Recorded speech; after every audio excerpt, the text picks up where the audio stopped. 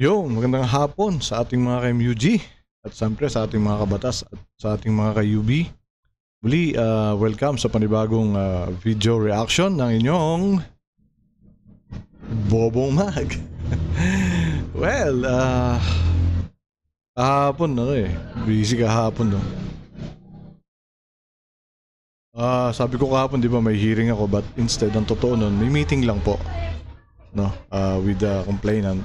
And well, anyway, okay naman po yung naging usapan, no.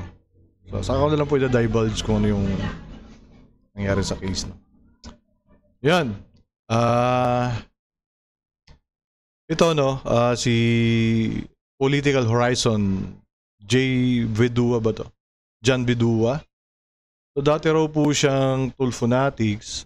Actually, dating ang palayagang daw ito na hindi naman siya pumunta sa kabatas, no? Kaya lang, kinokontra niya na ngayon si Rapi Tulfo.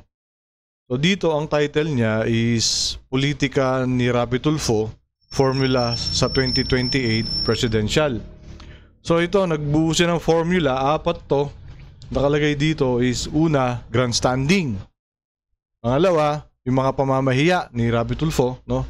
Sa Senado and sa RTIA. Alam naman nating lahat yan. Pangatlo, sensationalism. Bagay, masyado niyang parang ini-exaggerate minsan ano yung mga kwento. Political dynasty. Yan, totoo naman po yan, political dynasty na ayaw niya noon, pero ngayon, parang sila yung nangungunang pamilya ngayon na sa political dynasty. At hindi po yan lihim sa lahat ng ating mga ano, no. Lalo sa mga mahilig tumutok sa YouTube, nakita naman natin, no, na halos buong pamilya niya nanunungkulan sa Quezon City. At si Rapi Tulfo nga ay isang senador. So, yun. So, alamin natin kung ano tong formula na binuo ni Sir John Vidua sa kanyang video. Panoorin natin.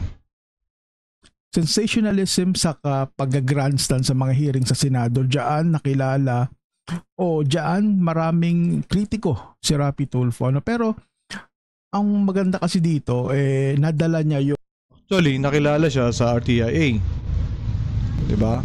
And then naging senador. Pagdating sa Senado, tama yung sabi niya, sensationalism and grandstanding, yun ang ginagawa niya. At doon bilib na bilib yung mga Tulfonatics, kasi alam naman natin na yung mga Tulfonatics na yan, yung mahina ang utak, no? Hindi ko siya sabing matalino ako, but syempre hindi mo naman kailangan maging kagaya ni Kayo, ni Atty. Libayan para masabi mo matalino ka, di ba? Matalino tayo sa ibang bagay, kagaya nito. Kasi alam natin yung mga mali. Yun lang, sapat na siguro dahil para maging matalino ka. Yung alam mo lang kung ano yung may mali doon sa nangyayari sa ginagawa ng isang tao, na huwag mong kukonsintihin. Diba? Okay, tuloy natin.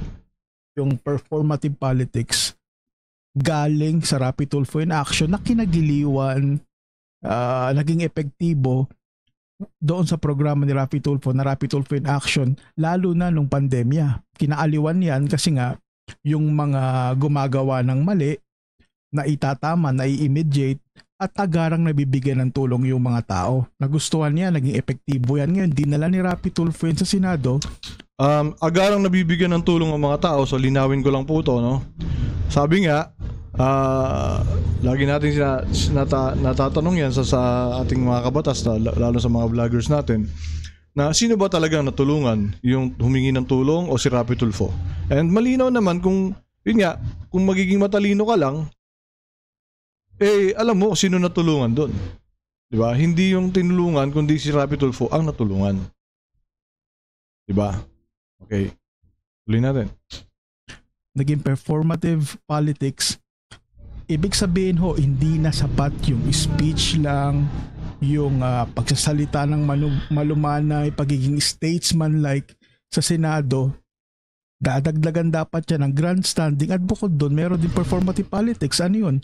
Yung pag-sensationalize ng mga reklamo sa Senado, pagpapakulong sa mga resource person, pagsasabi o paglabas ng mga listahan na napakaraming reklamo na ginagawa ni Rapi Tulfo at dyan siya nagiging magaling. Yeah, sa paningin ng mga Tulfo fanatics. No? Pero sa atin, siyempre, alam naman natin hindi porkit ginawa niya yun, magaling na siya. Actually, wala pa na ipapasang batas. So kung magaling siya, in 2 years, dapat kahit isa man lang, meron siyang ipasang batas. Kaso merong isa, bumagsak pa.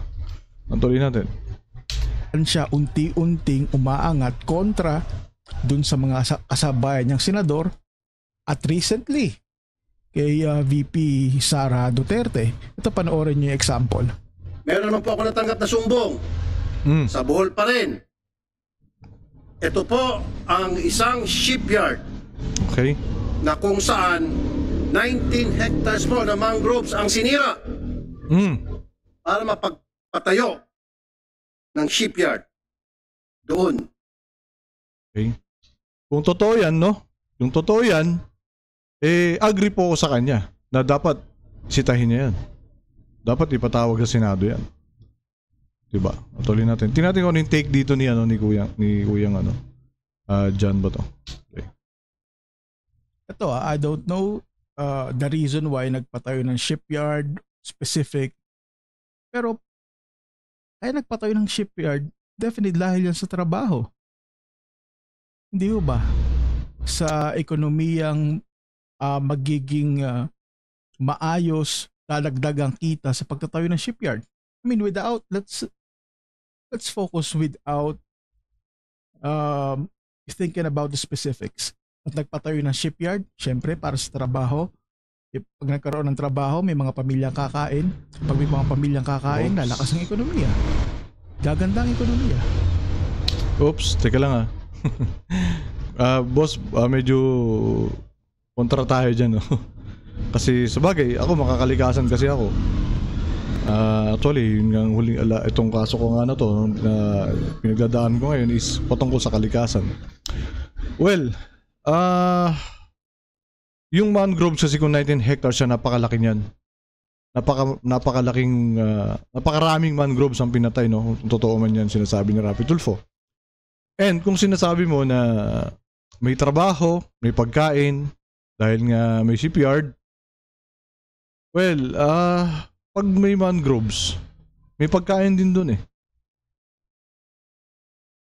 Mandan yung yung tinatawag nilang parang talaba na mahaba, and then yung may mga alimango dyan, may mga isda. Kasi unang-una ang mangroves is unang-unang naitutulong niya na pag malakas ang alon, binabasag niya yung alon para maiwasan yung diba, parang tidal wave.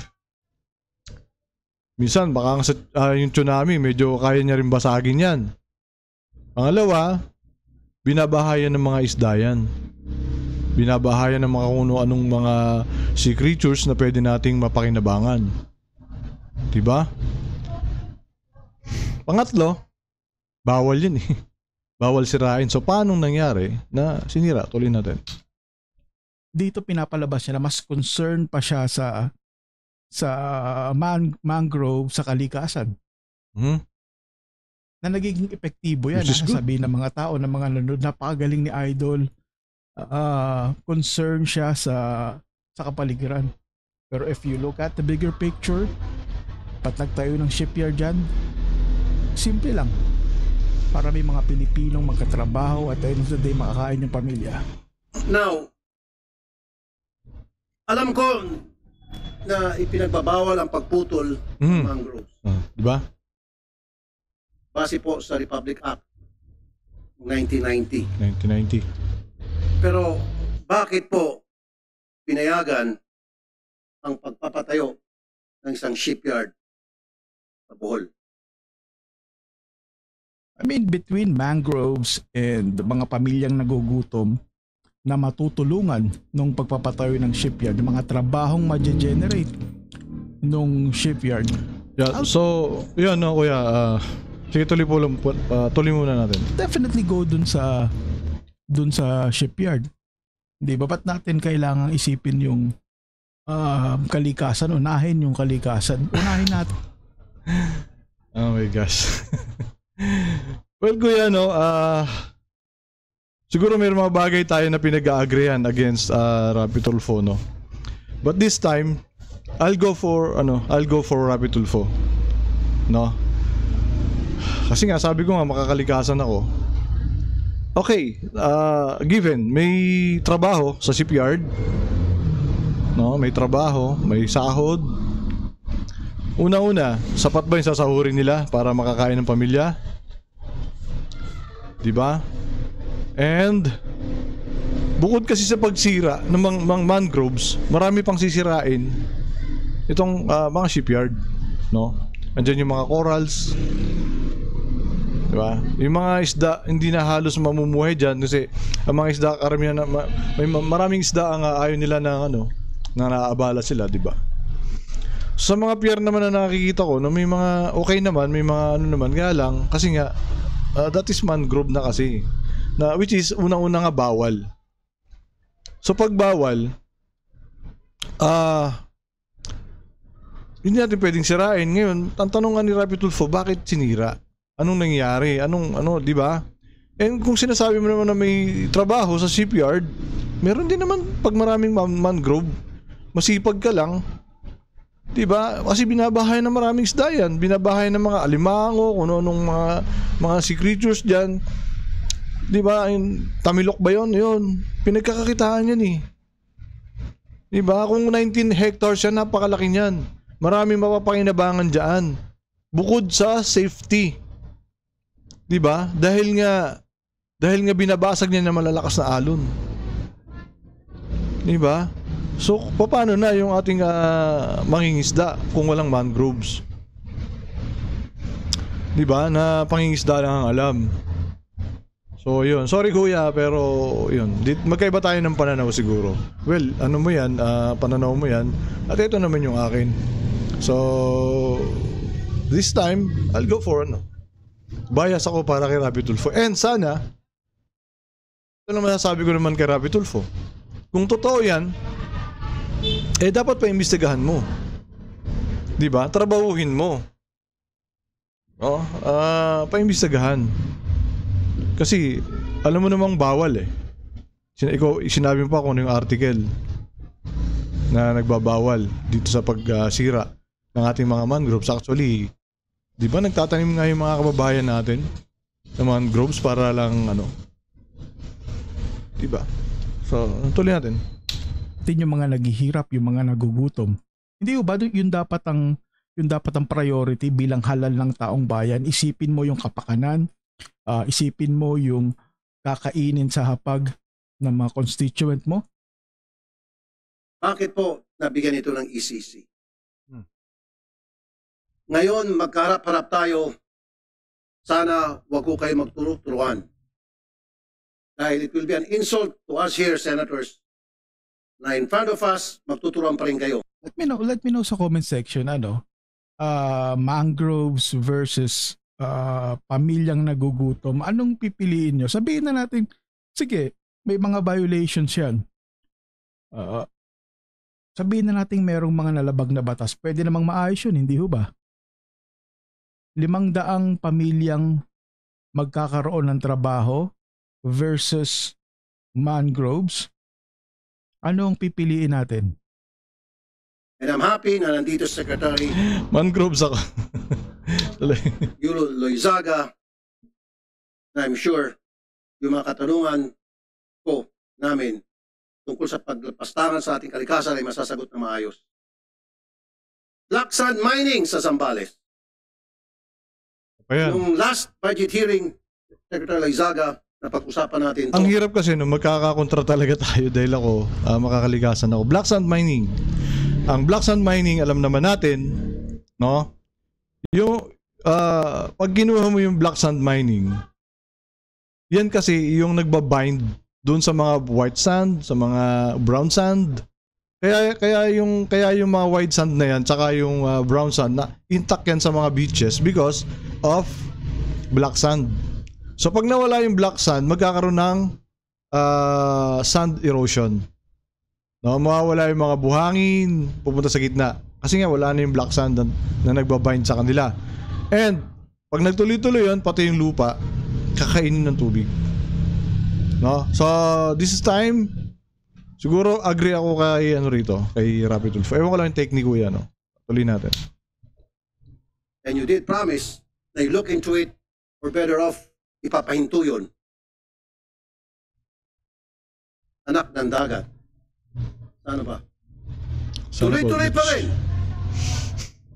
ang paglapastangan sa ating Black Sand sa Zambales. Ito pang masaklap. Libre na nga ang pagmina nila ng Black Sand doon. Karamihan ay from China and then ibinebenta. Libre, hindi lahat, I think. Yung iba dyan legal naman. Diyan nga na ano si ano na naging controversial si ano yung governor doon. Ano, kasi may mga illegal talaga na gumagawa doon, but nung minsan may nabalitaan ako na nahuhuli naman nga lang. Marami pa rin yata eh, no? Pero kalimitan naman doon, mga legal naman, kaya lang still sinisira pa rin yung kalikasan. So, tuloy natin. Benta pabalik sa ating gobyerno. Anong klase kabalastugan po yan? Ibinebenta sa reclamation dyan sa Pasay. Kasi iba pang mga reclamations sa iba't ibang parte ng Pilipinas. Kumuha sila ng Black Sand. See, this is how performative politic works ngayon, ano? Wala namang ebidensya, isi-sensationalize, i-demonize yung mga ahensya ng gobyerno para lang umangat. Epektibo ito. Marami yung Pilipino. Yan. Agree ako sa'yo doon, no?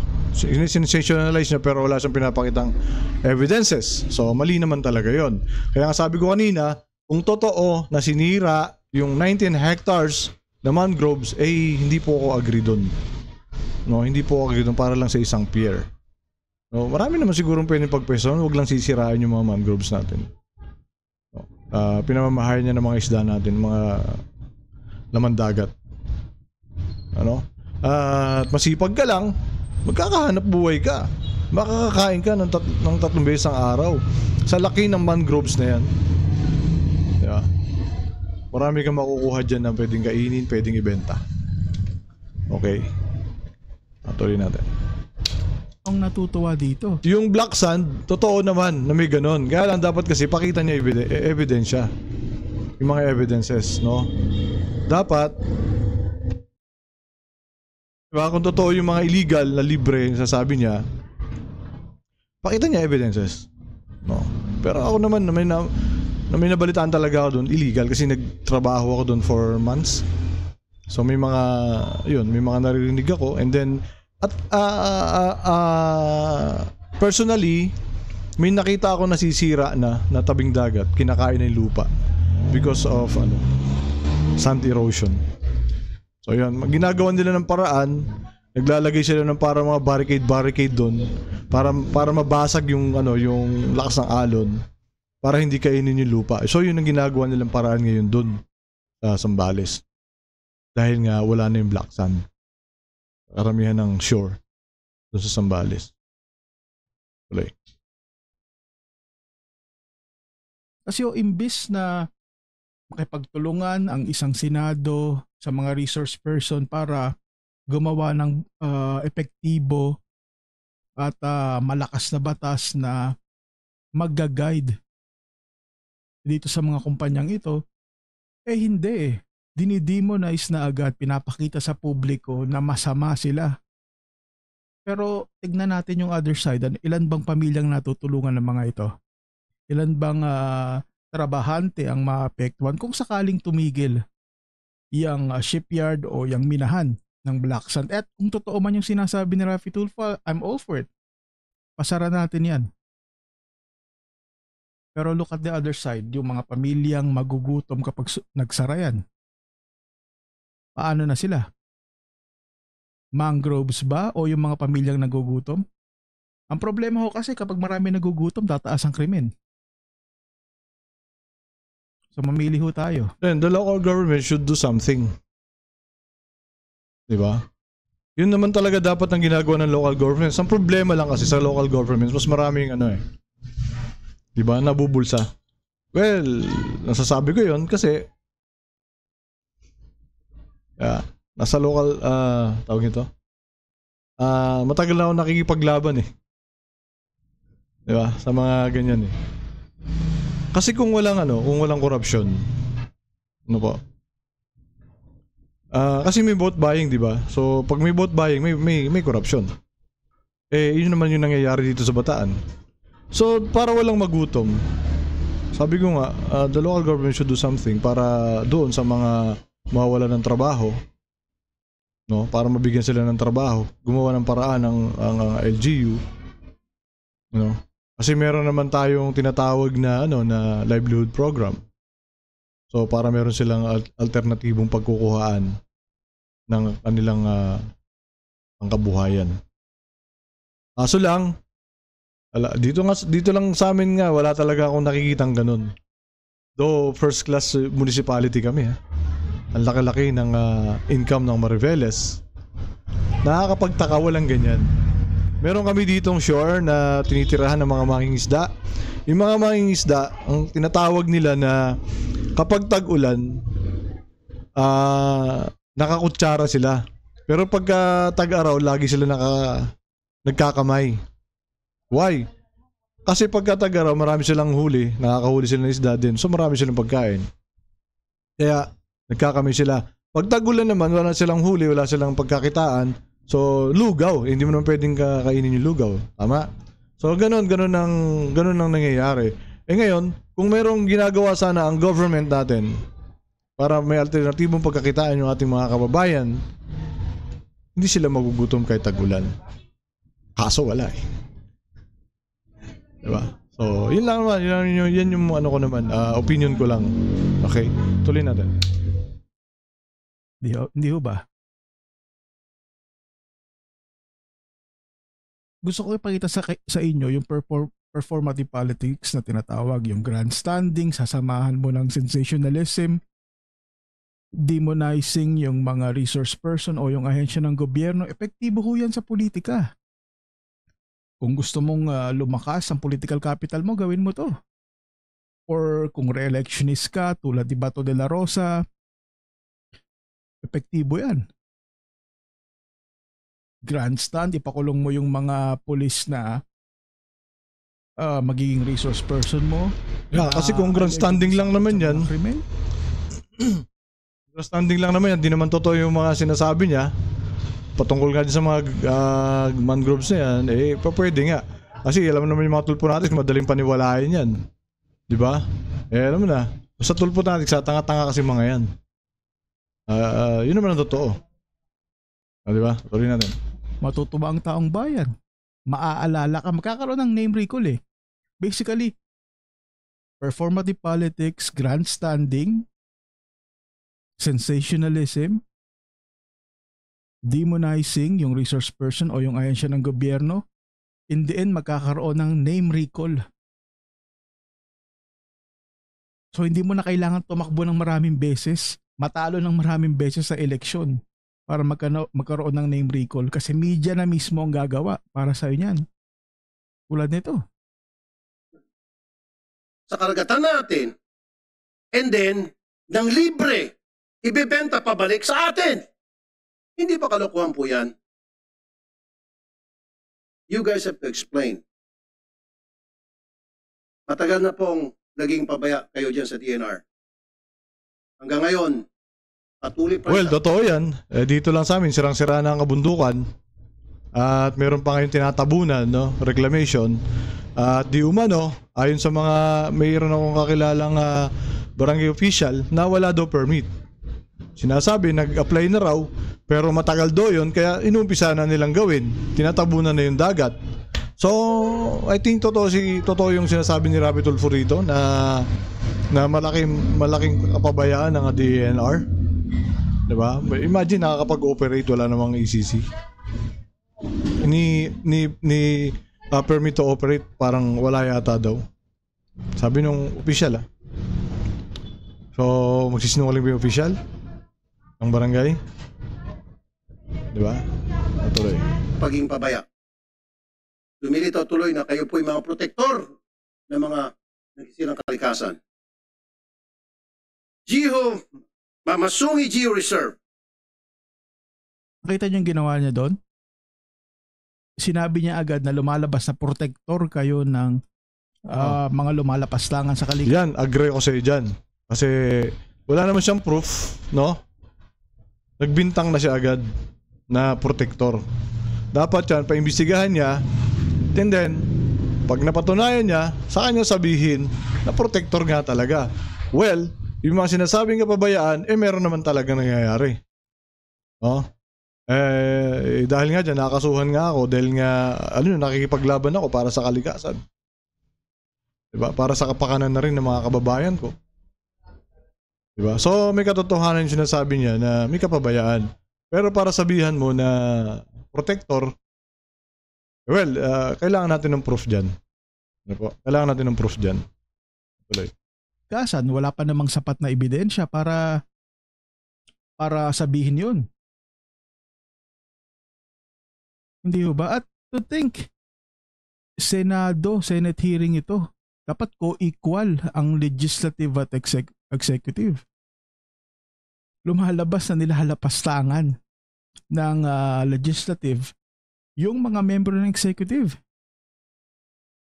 All for the sake of performative politics. Performative. So kung gusto mong tumaas sa survey, umangat sa survey, at yung mga tao magustuhan ka lalo, do this. It's effective. Anong basihan? Anong pruweba? Survey. Kaya lang kuya, sana iba yung sinampol mo. Marami na mag-example eh. Saludo sa iyo kaya. At least alam mo rin yung mga kamalian ni Rabi Tulfo. And kasama mo kami sa laban na yan, no? Kami mga kabatas.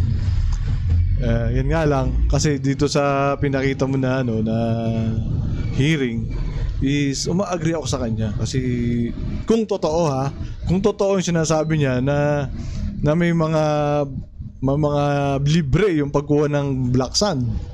Okay? I think hindi naman po pwede yun, no? Kahit na illegal pa yan, may binabayaran yung mga kumukuha niyan.